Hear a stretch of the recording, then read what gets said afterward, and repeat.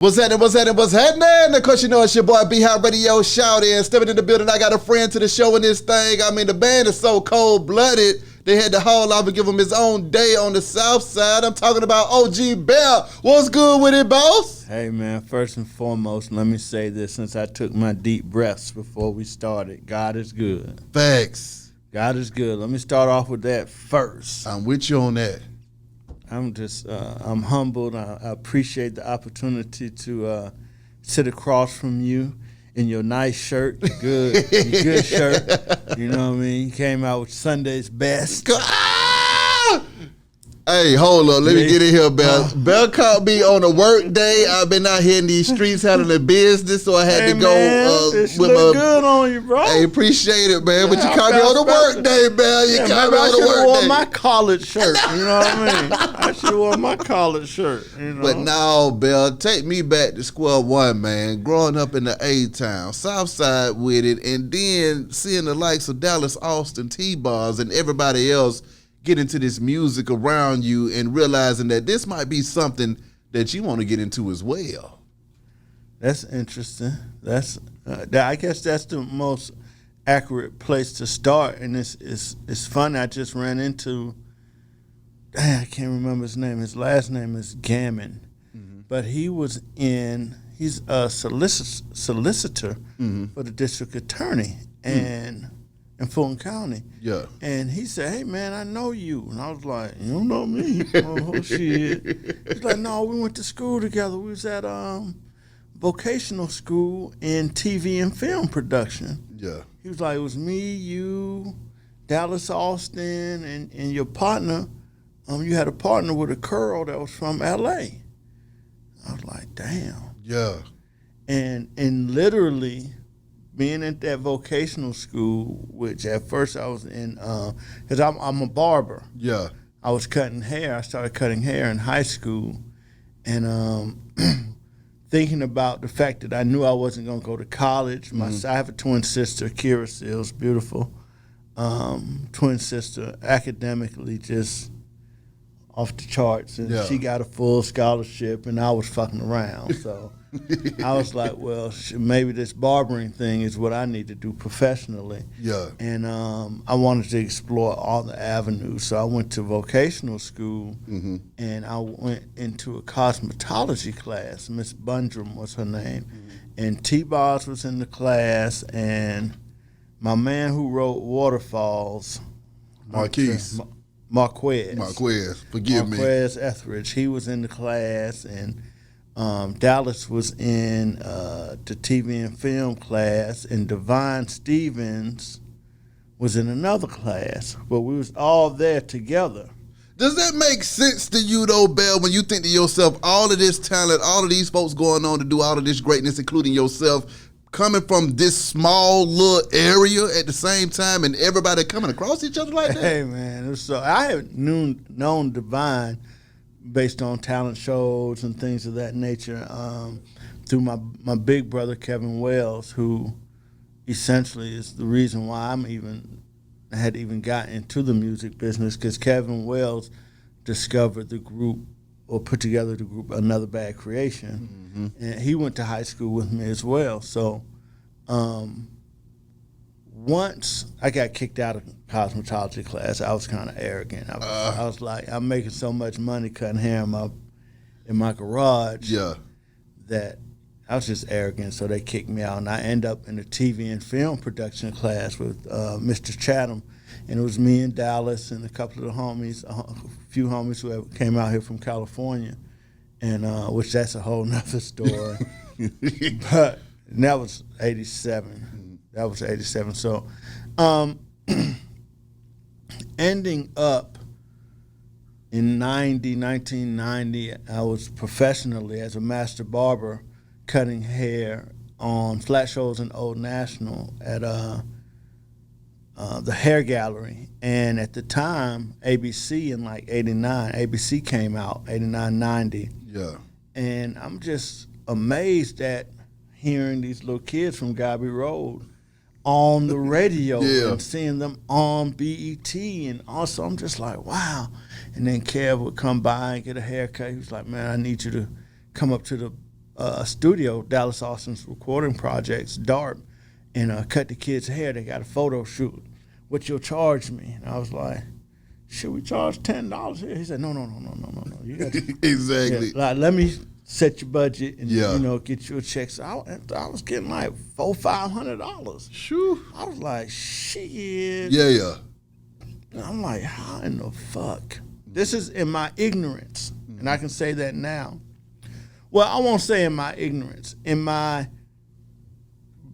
mind being blown, because I'm seeing Dallas Austin and Kevin Wells, both from College Park, both went to high school with me. I'm seeing them doing multi-million-dollar business. Shit. And shit, Kev is like 4 years older than me, and me and Dallas are around the same age. And I'm just like, the light bulb went off in my mind. I was like, whatever you're focused on is what your reality is. Mm-hmm. And their focus was music, choreography, production, songwriting, and that's what paid off for them. My focus was barbering and bullshit. You know what I mean? It literally. Yeah. Like, I said, damn. So I started being the on-site barber, meaning a DARP barber, and I spent 3-4 years as the barber for that studio right there on Trebert Avenue. Before there might have been 1 or 2 other studios, Boss Town, which is now Stankonia, whatever studio that L.A. Reid and them had, I think it was called La Coca or something like that. And other than that, it was just Dallas. Mm-hmm. And in that studio, I became a student. I became a student of the music industry because I had my clientele included Eric Sherman. My clientele included 2 new producers who had drove down to Atlanta living out of their car named Tim and Bob. My clientele ended up being, of course, ABC and then Boyz II Men. Yeah. From there, it was a guy named Puffy who had just lost his job at Uptown. Yeah. Will Smith, Busta Rhymes. My God. So I had a lot of hours to have one-on-one conversations Exactly. with people who are actually doing the work. Yeah. And that's how I began to learn. And as I began to learn, my mindset started to change. And then the idea that it's possible for me at this time, it's possible for me to be a touring barber, a television show barber, and all this type of shit. But then Tim and Bob asked me to find them a singing group. And that's how I ended up finding this group called Forte at Westlake High School, who later became the group we all know as 112. My God. Yeah. Bill, I got to go back to the barbering before I go into the music, man. I mean, doing these folks' hair and cutting their hair, man, that's a personal experience, okay? For sure. You see what I'm saying? That's 100%. real personal. It's funny. That's dope that you say that. You That's see what I'm saying? absolutely Because ain't nobody going to let just anybody in their damn head, man. We all know this. The wrong person in your head can fuck up your life. I'm going to be honest with you. They put their life in your hand. When the first time I cut Puff's hair, and rest in peace, Wolf was there, and my other homeboy, Corey Jacobs. I mean, they weren't my homeboys then, but became the homies. He asked for a part in the middle of his hair. Oh, shit. I fucked it up. That motherfucker was not straight. How did that go? Yeah, I mean, shit, he still ended up signing my group. So I cut his hair a few times. I actually, and I reminded little seeds of this recently that I cut Biggie's hair for the Soul Train Awards, where where his shoes wouldn't fit, and he was standing on the back of his shoes. I cut his hair that day. It's crazy. At the La Montrose Hotel, and they paid me. He paid me in Chronic. Gave me the biggest bud, this little sack of chronic. Yeah. And I don't smoke. I don't partake. Yeah. So I was thrilled, but at the same time, like, what the fuck am I going to do with this? I had to get that shit away. Yeah. Yeah, I wanted to bring it home. I was scared, though. Nah, I feel that. But, yeah, it's just barbering was the bridge for me to learn. Folks like Will Smith, though, man, also cutting his hair. What is it like being able to pick his brain while you talking to him? Well, I cut his hair at the studio, and at the studio it's more I can do my interview. Yeah. I can have my time and really, get to know him. And at the time he was married to his first wife.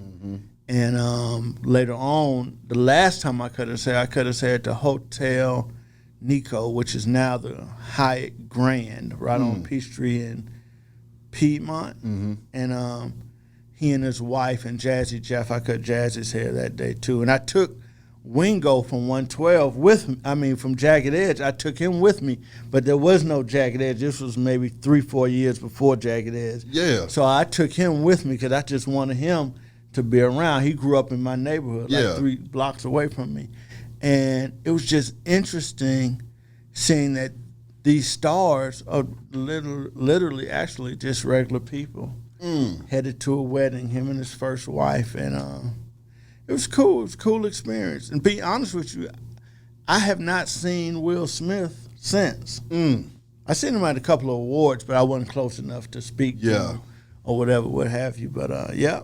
Being behind the scenes like that, though, what was some of the best pieces of game that you was able to pick up that prepared you to get ready for your foray into the music industry?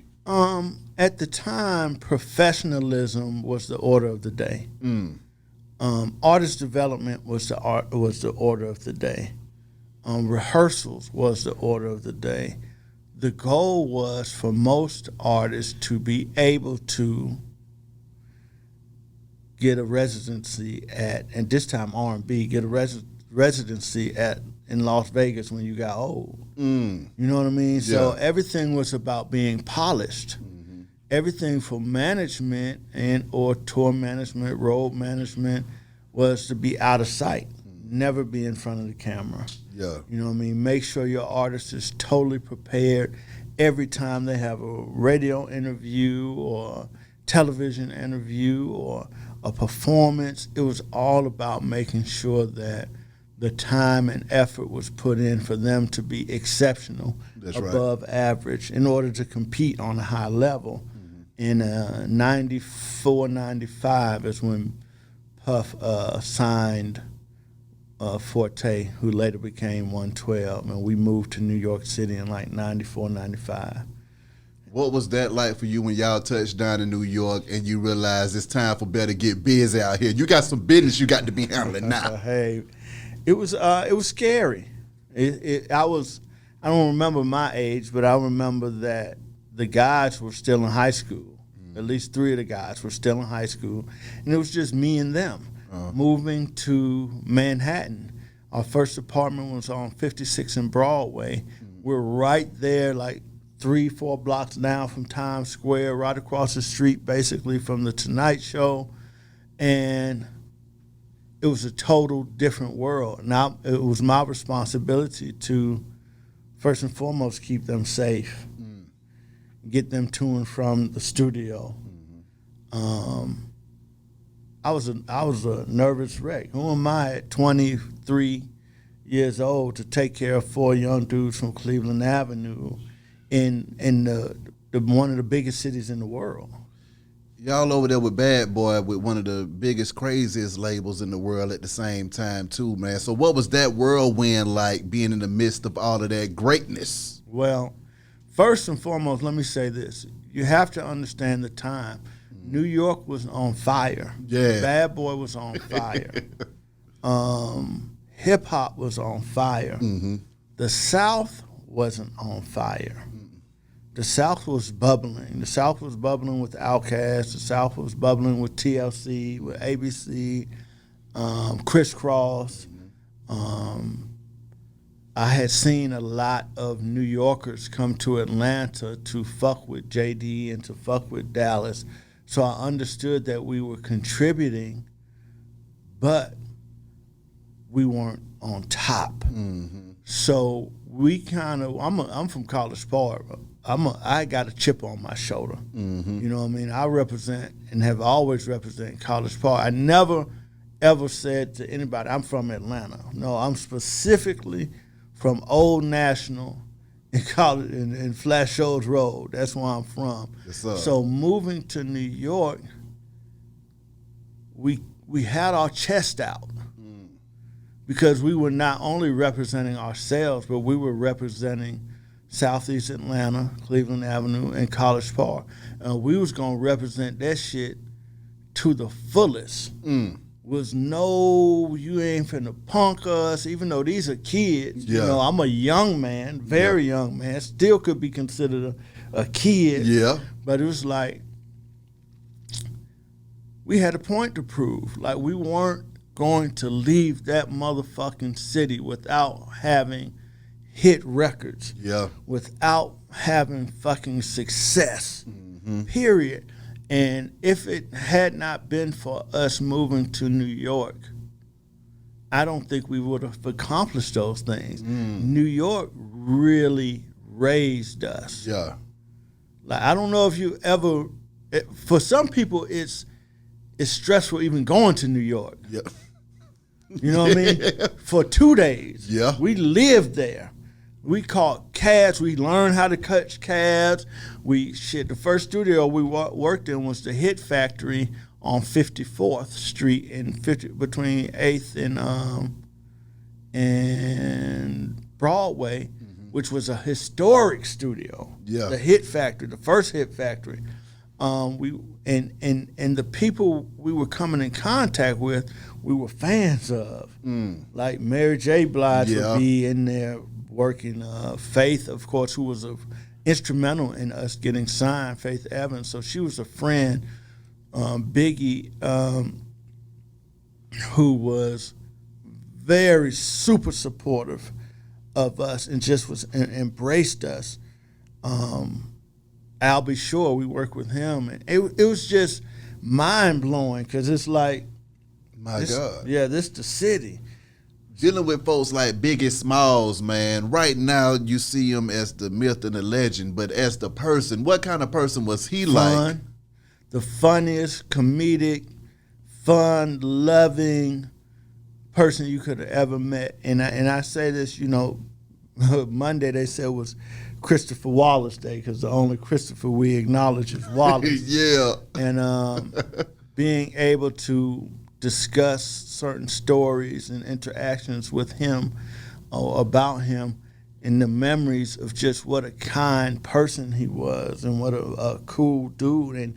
And even though he seemed to be, you know, sitting on top of the world with his success, seeing him and his determination and work ethic to be competitive in New York City. You know what I mean? Be competitive when you have a Nas, you have a Jay-Z, you have a Wu-Tang, you have you know what I mean? You have these motherfuckers who are called higher level lyricists. Yeah. You know what I mean? High level lyricists. So even Craig Mack, like it was all just Craig Mack, Total, Biggie. We moved there when they were all hot.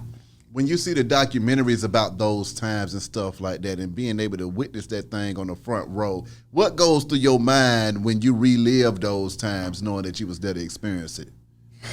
I'm bad boy for life. That's just what it is. I am bad boy for life. I'm damn near the fifth member of 112. New York is my second home. Of course, the homies in LA might be like, what? New York is my second home. And it's just love, man. I met some of the most incredible people in New York, from Groovy Lou to Mike B., Sybil Penix. I can go on and on about Von Zip, the OG legend Zip. D. Dot Angeletti, the Hitman, Nasheem, Chucky Thompson, Chucky Thomas. Before there was even a Daddy's House. Daddy's House was a shell of no walls and just wood and sitting on cement boxes cement buckets and paint buckets and shit. Like, that's home. So anybody and everybody that was affiliated with Bad Boy from that time, I feel like we're family because we accomplished some shit that can never be taken away from us. Being at ground zero with 112 and with Bad Boy at that time, what does growth look like to you, man? I mean, how do you feel like people are actually able to go to those other levels from the beginning? Because everybody can't even get out of the soil, let alone reach the sky and to the top. So how was it that 112 was able to reach those crazy feats and Bad Boy as well, being that you saw it? Well, I have to commend Puffy. I have to absolutely take my hat off to him based on his extreme determination, extreme competitive nature, and willingness. He had drive that was unmatched, and he did not allow you or anyone else to operate on a lesser level than him. Like, there would be times where we would walk to the studio, which might be a mile away in blocks and avenues, and 3, 4 o'clock in the morning, we would walk back to our apartment. And at that time, 8th Avenue was it was full of debauchery.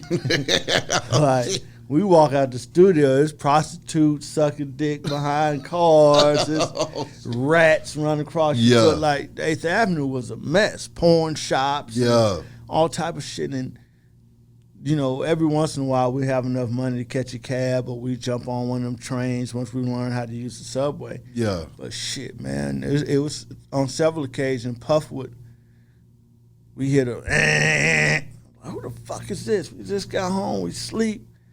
Hey, man, this Puff, that song ain't finished. Y'all come down, bring y'all ass back to the studio. It's 3 o'clock in the morning. Like, that ain't it. Man, we gotta win. The fuck is y'all doing? Now, he wasn't coming to pick us up. He wasn't coming to pick us up. So that whole walk to Brooklyn and get me some cheesecake shit, oh, man, that ain't shit. Man, that shit was light work, bro. Bro, we was rain, sleet, or snow. We was rain, sleet, or snow. So at the point that you have that type of leadership, with that type of drive, some of that shit gonna get on you.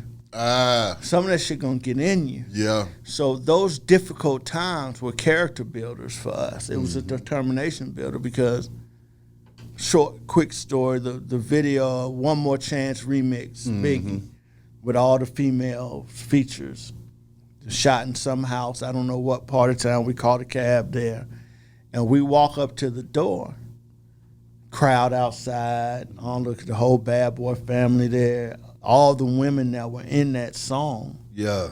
So we walk up and security say, "Oh, stop." Like, hey, we're Puff's new group from Atlanta. Da, da, da. Yeah, right. You don't get the fuck on from around here, man. Of course, it was more like, yo, son. Yeah. Nah, son, y'all can't come in here. Like, we got turned around.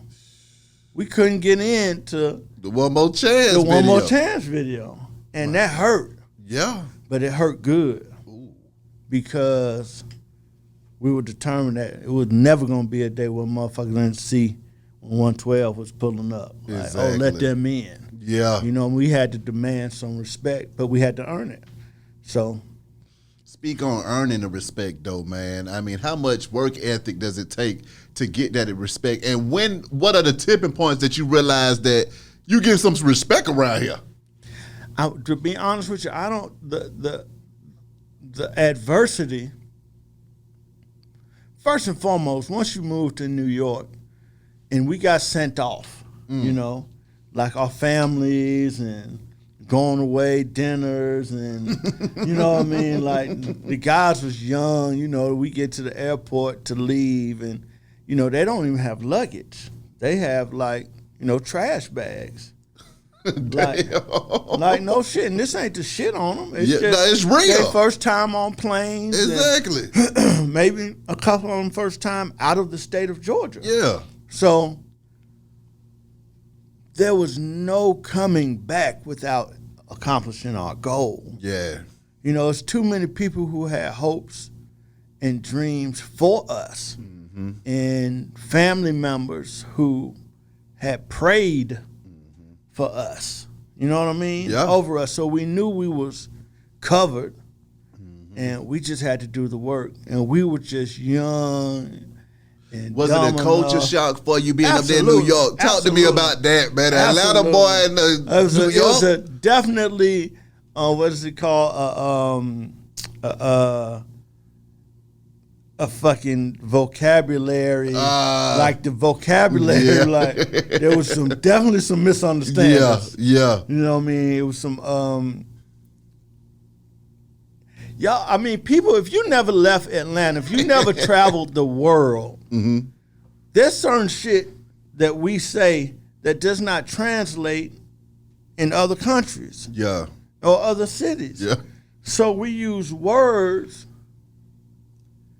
For instance, Q asked this lady, Hillary Weston, who was a manager for Little Kim, he asked her, was she related to a guy named Groovy Lou? We was in the elevator. I'll never forget this, at the First Bad Boy office at 19th Street. But what he said was, are you some kin to Lou? And she said, what? So I'm hearing, I see there's a breakdown in communication. She says, Lumma Lou. I was like, no, he said, are you kin to Lou? Meaning, are you related to Groovy Lou? She's like, oh, no, I'm not. But it was that every day. Well, we had to really learn how to articulate. Yeah.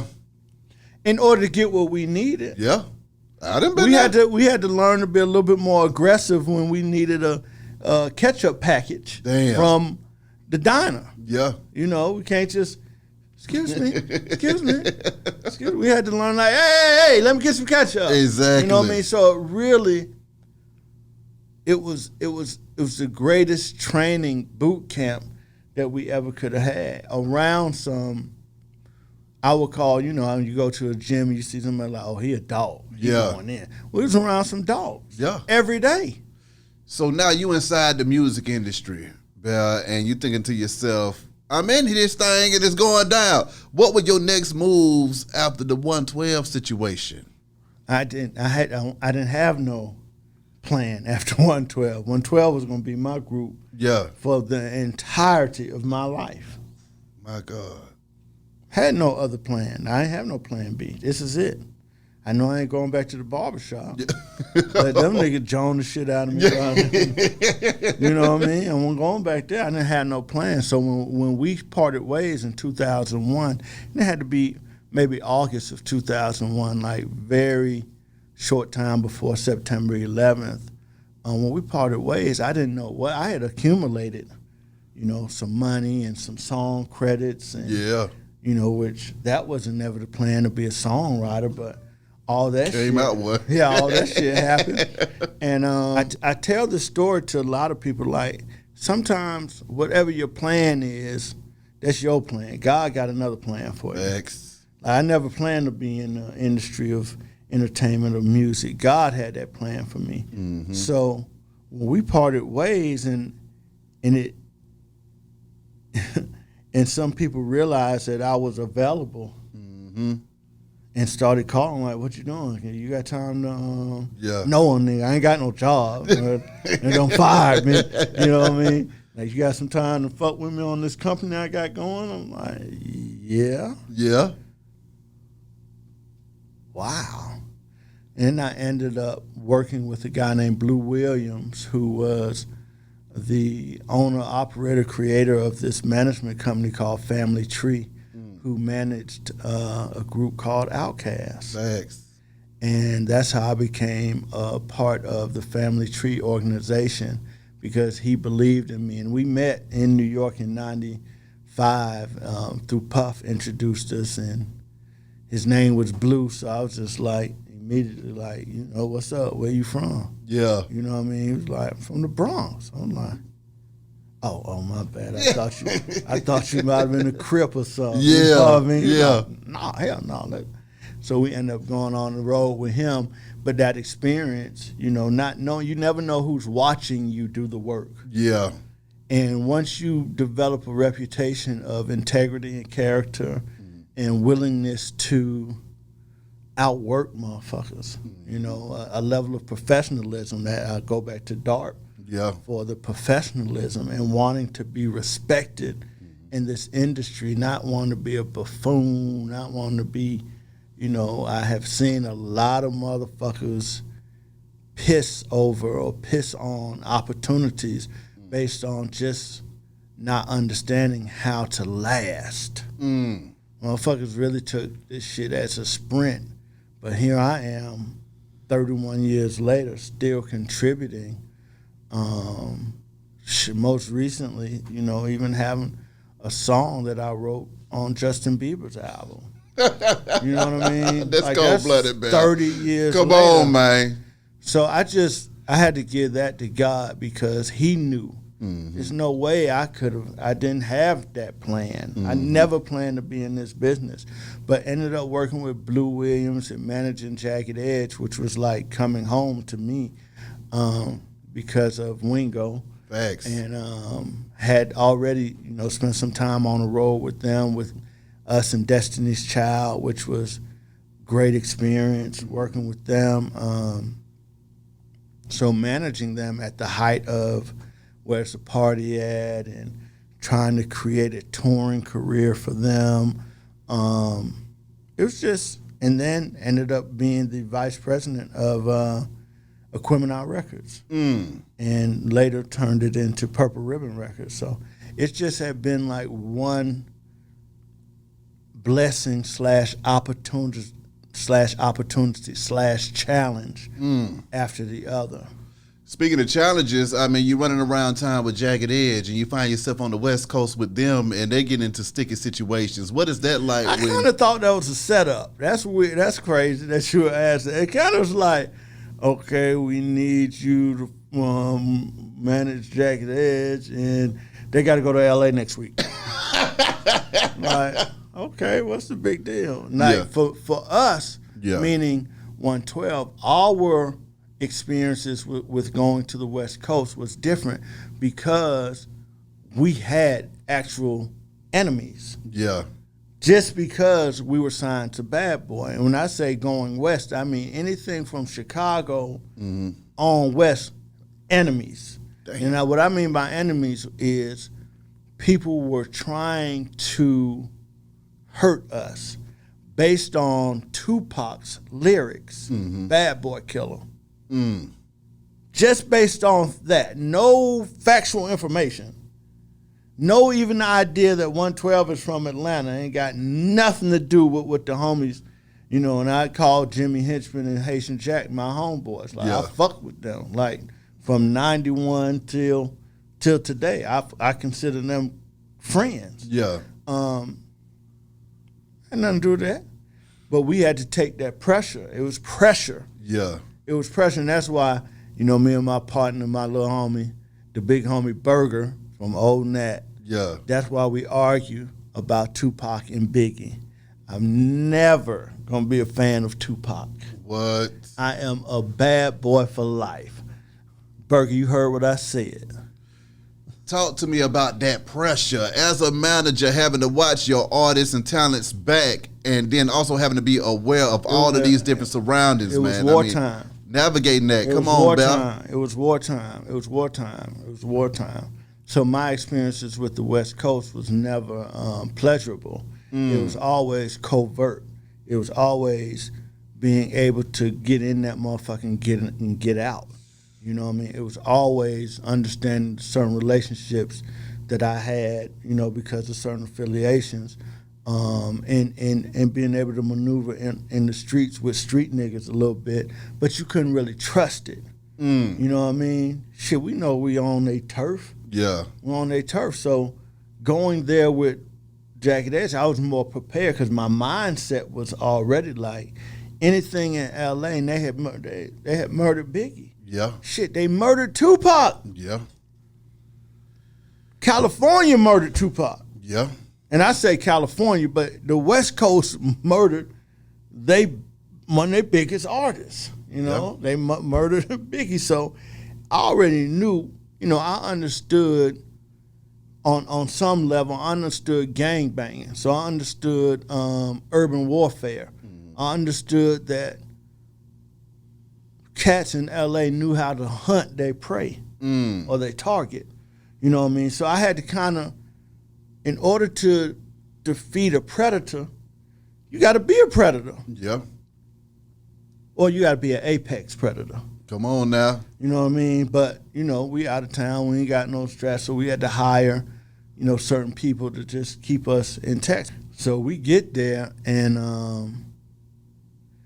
I called up one of the homies, my big homie, OG Cookie, and ended up meeting up with this other guy from Compton named Yellow Ice, and we moved around. At that time, my brother, he wasn't home yet. Big U was still incarcerated, and we came face to face at the Century Club, came face to face with Suge Knight and the Booyah Tribe. And if you know anything about the Booyah Tribe, it's some big ass Samoans who wear suits with no shirts. Yeah.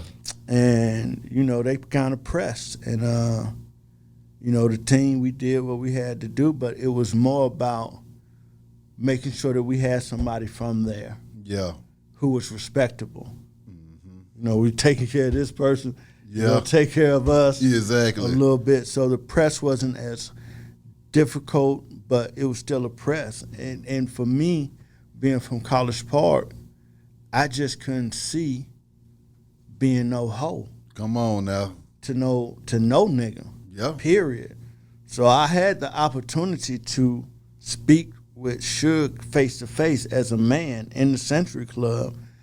Me and Wingo, I brought Wingo with me after they kept him from taking over our little VIP section. I'm like, hey, bro, this Wingo. I'm Bear. We from Atlanta. I'm from College Park.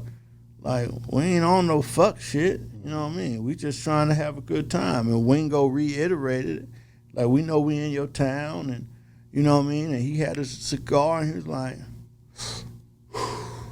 I can respect that. And that was it. That was it. You bend over, use a hoe. Come on.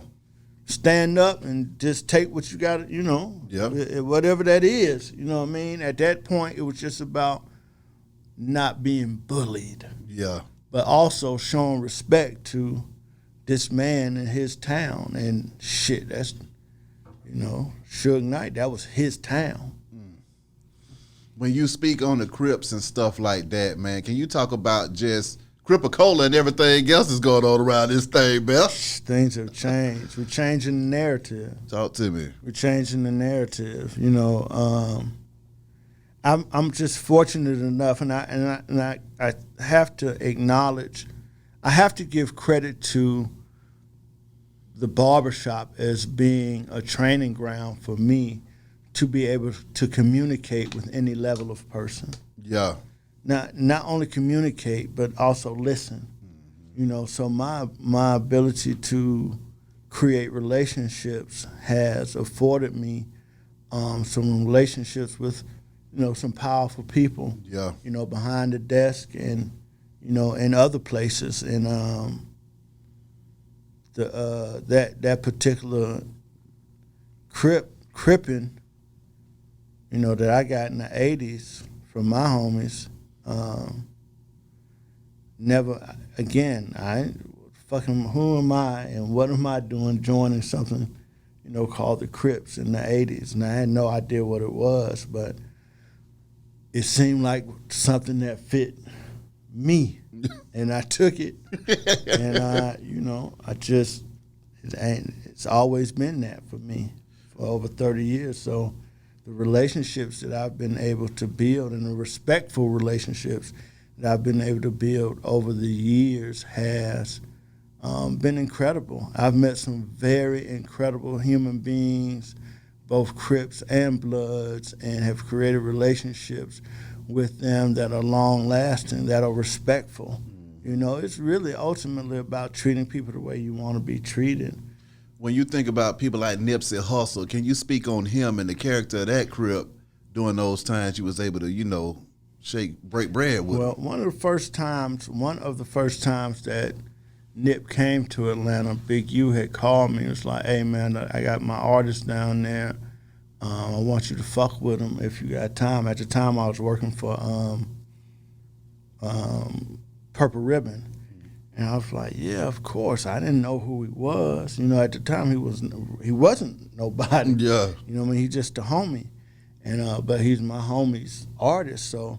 We connected, and he jumped in the car with me, and we rode around. I brought him up to Stankonia, and I think we had an event at Stankonia, and at the time he still had the little Malcolm X chain, and what's my man name? Maurice Garland. What up, though, Mo? Maurice was up there, and he was like, I said, "Hey, I want you to meet the homie." He said, "Is that Nipsey?" I said, "Yeah, you know." He said, "Yeah." So I introduced him, and he kicked it, and he was just amazed. He was amazed to be in Stankonia. You know what I mean? He was amazed to be in the home of Outkast with some of this greatest music that, you know, the world had enjoyed. And then we rode around, we kicked it, and we went to Club Crucial. We went to Club Crucial, and at that time, it was a bunch of little kids. Yeah. And I found out, I think they was from Four Seasons. I didn't know them at the time, but they were cripping. Like, they was pushing the Crip card heavy, but they was just Crips. They wasn't really like, you know, they wasn't from rolling this or neighborhood that. You know, they was just Crips. And he was, like, tripping out, hitting his other, because little homie Shitty was there with him, too. Not the Shitty who. Okay. It's another Shitty. The Shitty that everybody knows was there, and they was just tripping like, "Damn, look at this shit. Look at how we've influenced." And they looking at me, and I'm like, "Cuz it's been on College Park. It's been cripping." Yeah. You know what I mean? From Raymond Crip, 10 Deuce Raymond Crip, 111 Crips, and 6 O's. It's been that. So it was amazing to them because maybe they had never been to Atlanta like that, and that's how he and I, you know, started our relationship, and it was just always love. Whenever I seen him, whenever he seen me, and I would go to his store when his store was just white T-shirts for sale and mixed CDs. Let's go back to that growth again, because what do you think it was about Nipsey that caused him to die a legend?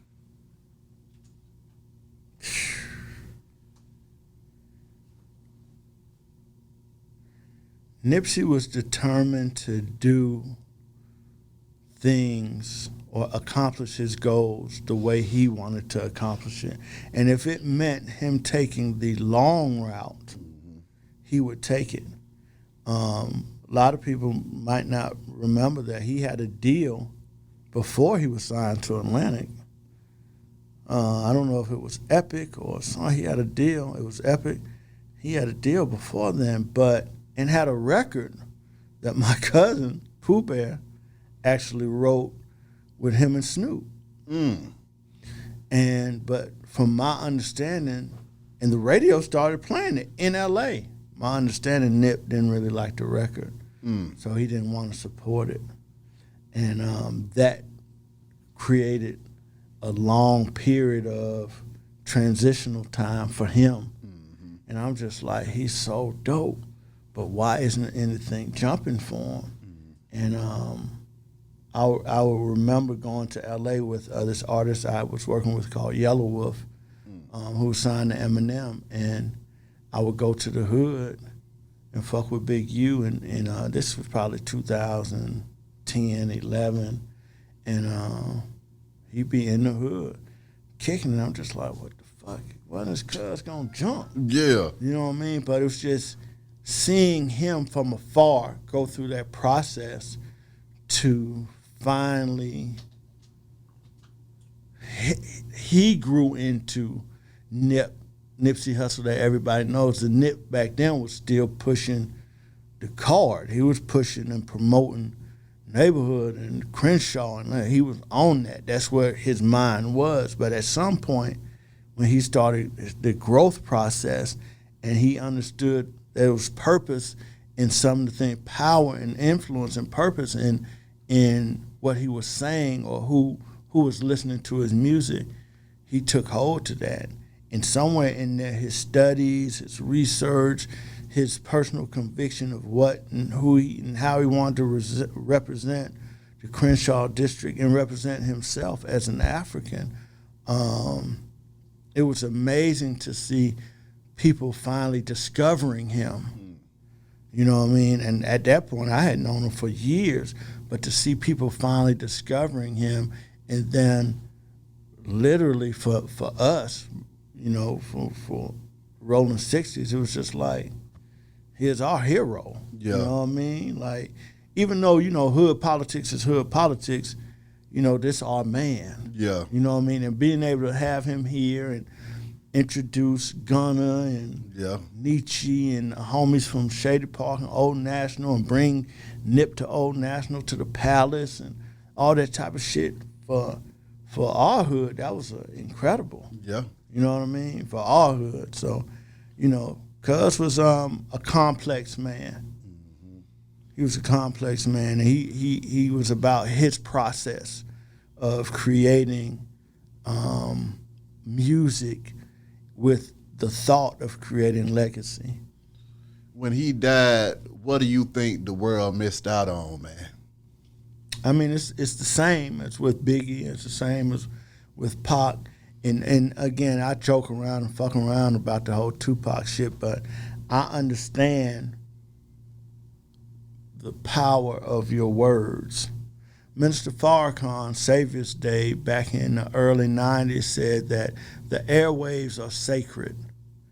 And he said, if you utilize the airwaves, which is sacred, to promote negativity, you're going to get negativity. Yeah. If you promote positivity, you're going to get some positivity, but you're going to get some negativity too. So be aware of what you're planting, what seeds you're planting through your words. Mm-hmm. So even seeing Tupac revert from his revolutionary mindset to it's MOB and fuck this and da-da-da-da-da-da, and seeing the power of his words create a whole East Coast, West Coast beef. Yeah.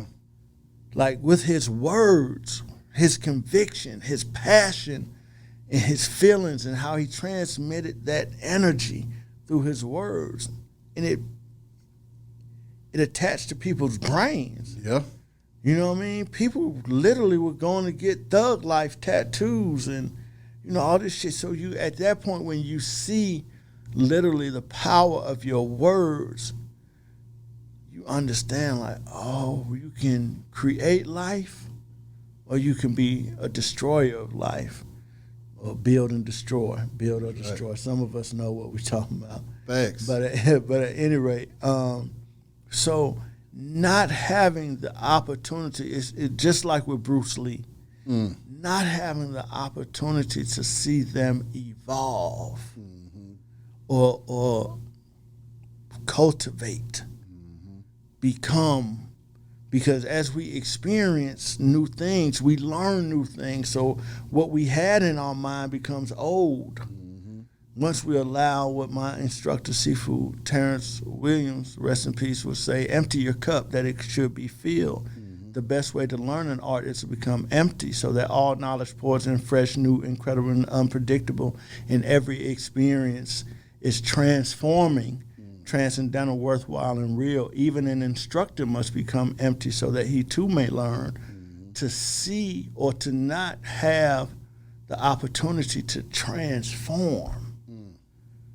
To transform is like, it's a tragedy. Yeah. It's a tragedy for Guru Bruce Lee. It's a tragedy for Biggie. It's a tragedy for Pac. It's a tragedy for Nip. It's a tragedy for Eazy-E. It's a tragedy for all these creatives who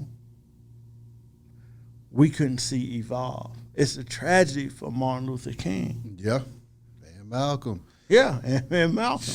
When it came to Big U, can you speak on his impact that he had on the community as well? The community of Atlanta or the community of... Well, L.A. That's a tough one because I ain't from there. Yeah. And, you know, what I could only talk about what I've heard, not necessarily what I experienced during the time that he made his name. You know what I mean? I can definitely speak on, based on he and I's conversation, of his transformation during his time incarcerated, and what was the tipping point for him was reading the autobiography of Malcolm X and realizing that he was in a slave mentality. So that's what made him cut his curl off. That's what made him give up the game, and whatever he was gaming, I mean, you know, selling work. Yeah. Back and forth to Minnesota. That's what made him transition. How could that have, like really, you read a book and you cut your curl off? You read a book. So that's letting you know that it's the information that we... The words. Yeah. It's the information that we lack. So at the point that he ended up, you know, getting convicted or whatever he got convicted of, his mindset was different. So when he came out, the Big U I met wasn't the Big U of legend. You know what I mean? And in my opinion, the strength and maturity that it took for him to not fall back into what he was and to press forward into who he is and who he's become today. Like, that's miracle. Yeah. I'll call that miracle. Yeah.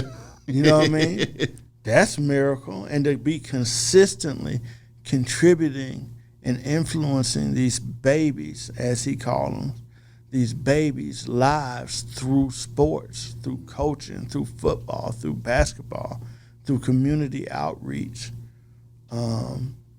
It's just, he's been a huge big brother to me, an influence to me, and it was definitely, you know, God's will for us to meet 2 weeks after he was released in New York City at Summer Jam. That's where I met Big U. And I met Big U through the homie Poon. Yeah, Poon Daddy. Poon Daddy. Yeah. Who had been, you know, pressing me about, man, how you a Crip? You ain't from L.A. Wait till my cousin get home. So when he called himself and introduced me to Big U, Yeah. it was like, it didn't matter who I met from L.A. I didn't give a fuck what they had to say. I'm what I say I am. Yeah. So when I met him, and I'm talking about he swole, he cut up, he fresh out. He turned around and he had the biggest smile on the face. I did not know he just came home from doing 13, 14 years, had been in the hole for 3 years. So he's happy. It didn't matter. I don't think it would have mattered if I told him I was a fucking Martian. Zombie, yeah. He out the hole. He on the street in the free world. And so that was our first meeting, and it was cool. And when I went to L.A., I was like, fuck it, I'm going to the hood. Yeah. And I just pulled up Dolo and jumped out on the corner of Crenshaw and Slauson. That had to be, he came home in 2004. That had to be like 2006, 2007. So, you know, I just try to connect the dots. That's right. And with that, you know, my homie Troop, you know, we've seen some success come out of our hood. You know, we've seen some growth and development come out of our hood based on relationship building, based on keeping the violence down, based on telling niggas, hey, is that really worth shooting or killing somebody? Let's really talk about Like, let's go to lunch. Is it? Okay, yeah. So y'all don't like Bloods, but now the Troop is fucking with Thug. Yeah. Then we have Gunna. Mm-hmm. Then we got Lil Booker who's working. Mm-hmm. Then we got Nietzsche who's signed. Then we got homies that's working. Then we get Lil Baby, who's a what he is. You know what I mean? And from what he tells me, it's based on his relationship with True. So, you know what I mean? So, and that's not, they successful young black men. Yeah. I can't be no happier. Yeah. I can't be no happier than to see them dudes doing their thing because they got an opportunity to evolve. Exactly. Speaking of evolving, I mean, somebody that you was just in here with a few weeks ago was a evolutionary guy as well, Killer Kill from the Ville. Can you speak on your relationship and friendship with Killer Mike? I started managing Killer Mike at the same time, around the same time I was managing Jagged Edge and also working for Criminal Records. And he immediately, first of all, I'm from the South Side, and if y'all don't know it, it might not be that way today, but back in my day, we didn't fuck with the West Side. We didn't fuck with the East Side. If you want for College Park, we weren't fucking with you. Yeah. And I'm saying College Park on the old National side of the bridge, not even on the Main Street side of the bridge. We were just cut like that. Yeah. That's how we was raised. And so when I met him, we had a meeting at the Cheesecake Factory, and I'm just looking at him like, man, I got to deal with this nigga because, he a West Side nigga. And that's the ignorance, my ignorance. Yeah. I was like, man, this nigga West Side. Where you from? From the West Side. Call you home. I'm from Atmosphere. Where you from? I'm from College Park. Oh, yeah, I used to fuck this chicken from College Park. Like, man, nobody want to hear that shit. Everybody gave your fat ass no pussy. Cut it out, man. Killer Kill. Hey, man, this nigga talk so much shit. Yeah. But his voice and his lyrical ability, his passion, I was sold immediately. Even as he was trying to find himself in the midst of being a part of something as huge as Outkast, you could really become a tiny blip. Thanks. You know what I mean? You could become a tiny blip under the umbrella of Outkast. My God. And then on your first run, really, you get a Grammy. You get a Grammy. Yeah. Your first run. And it don't really mean shit. It means a lot. But people don't know he got a Grammy, and if they do, it don't matter. What matters is what he was able to evolve from pump, all in your trunk. Yeah. All day I dream about sex. Yeah. To being one of the most trusted, highly respected black men in the black community in this country. Which, if he had embraced that at the time, it probably wouldn't have worked out. He wanted to. When you're as talented as Killer Mike, you could be the best dope boy rapper. You could be the best intellectual rapper. Yeah. You could be the best freestyler. So he didn't have any. He wasn't in a box, but he kind of tried. In my opinion, he kind of tried to do what everybody else was doing because he's young. He's like, well, they like street music, or I don't know if trap music was jumping at the time. Yeah, trap music was just so he was doing trap type shit. But with the influence of Outkast, Earth Tone, Mr. DJ, yeah, you know what I mean? So it had that little Pan-Africanism, you know what I mean, shit on it. But at the end of the day, he evolved into what he truly is. You know what I mean? Like, and he truly is like, I hate to say this shit, man. Man, okay, the motherfucker kind of a genius, man. But I hate to say that shit, man, because he's still a West Side. Yeah. Man, Damn. nigga, man. Yeah. My bad. This ain't on tape, is it? Everybody gonna see this shit. Hey, it's amazing to be a part of his life, first and foremost, as an older brother, and the amount of respect that he shows me, in the fact that he will listen to me. Like, that's nothing but foundation shit that my mother put in me. That ain't had nothing to do with me, because I know he's hard-headed. So to see him grow into, as a father, to see him grow as a husband, to see him grow as a businessman, to see him work as hard as he does, which he could work harder, and how many people are amazed at him. You know what I mean? To me, it's just Mike from Adamsville. Yeah. But it takes to see him doing what he does. We'd be like, okay, all right, he all right, man. He all right. That's my guy. I'll go to war for him. Thanks. I'll go to war for him. But I also will, for lack of a better way, I also will slap his hand and say, hey, you wrong. Yeah. Like, apologize.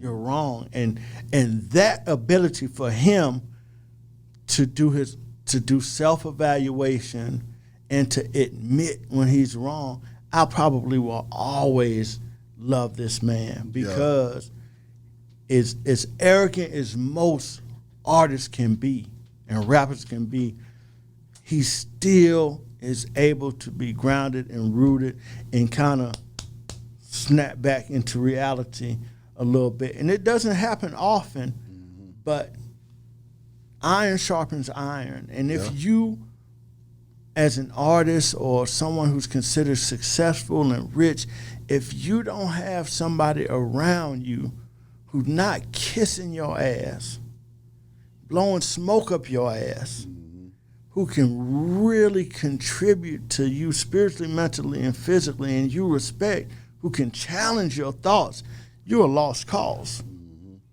Because you really done lost your mind, because everybody around you is kissing your ass. So in your mind, you can do no wrong. But you wrong. As hell. Wrong as a motherfucker. So when y'all be seeing these artists do this dumb shit, a lot of times it's because they won't listen. It ain't, everybody around them ain't idiots. A lot of them are. Because they don't want to do anything to disrupt their opportunity to be in the fold. Don't want to make him mad. Yeah. He might cut me off, and I can't go to the club. I can't go to the concert. I can't wear the chain. I can't. Yeah. All that shit I don't give a fuck about. That's right. Lastly, Bear, what is it that you want the people to know, and how can they contact you, man? I want the people to know that one of the most incredible songwriters to grace this earth at this time is my first cousin, my baby cousin, Jason Pooh Bear Boyd, who I'm considered to be the discovered him, even though he's my cousin. Yeah. I'm super proud of him. I want the world to know that of all my accomplishments, my greatest accomplishment is being a husband to my wife, Dr. Tina Seals, and a father to 3 sons, Corey, Joe, and Courtney. So all of these experiences are for me to help raise my children and be a better father and better husband and be a, hopefully, prayerfully, an inspiration and motivation to my community, which still I hold dear and close to my heart. You know what I mean? As far as getting in contact with me, I'm on IG at Higher Level Bear, which Higher Level for me means that I continuously am a student. And it's important to me to learn as much as I can from whoever I can daily. Your man Rashad, I learn from him. So I have to give him a shout out. I love talking to him. I love the fact that he's a student as well. You know what I mean? His interest in historical matters. And because you don't know a person unless you know the history. Facts. And you can't know a person unless you pay attention to their history of behavior. So I like it when people pay attention to, you know, how things have, where they come from and where they've been. Like, that shit is important.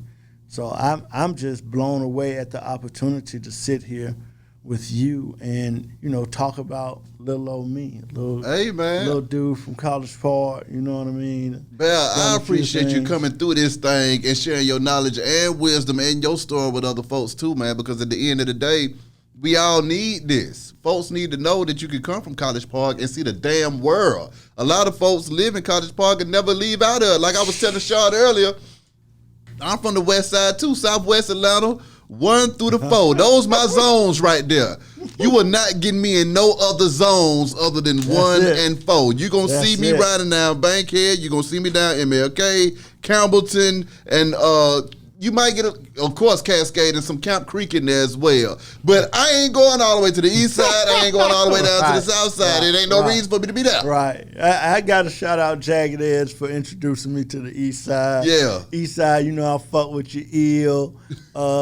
My homeboy Duke, my homeboy goddamn Pele, you know, the whole fam over there, West Side family, my homeboys, Killer Mike, Sleep, you know, I'm fucking with everybody. But, you know, even as importantly, I want to say this, like, if it not been for College Park, and I don't think that we get to just do respect that we deserve based on, first and foremost, Dallas Austin, Kevin Wells, Jermaine Dupri, Divine Stevens. You got the foundation of what you see today comes from those gentlemen and the work that they did. Like, you know, and I was a student of them. You know what I mean? So I'm always gonna, them big bros to me. Yeah. You know what I mean? So I'm always gonna show them the respect and love. Now I don't have no opinion on JD versus Diddy. I don't have no opinion on that. Now, you know, I'm bad boy for life, but I am from College Park. You feel me?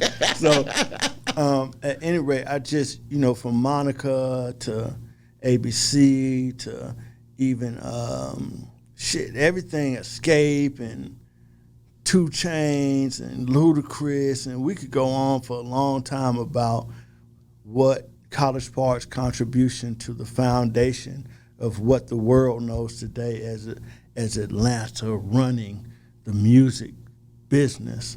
You know, it all comes from there. And those were some very courageous, creative individuals who dedicated their time to a level of work ethic and success that has brought us this far. You know? Facts. EJ the DJ, what up, though? Beehive Radio, shout it. Bell. We'll holler at y'all in a minute, man. We go.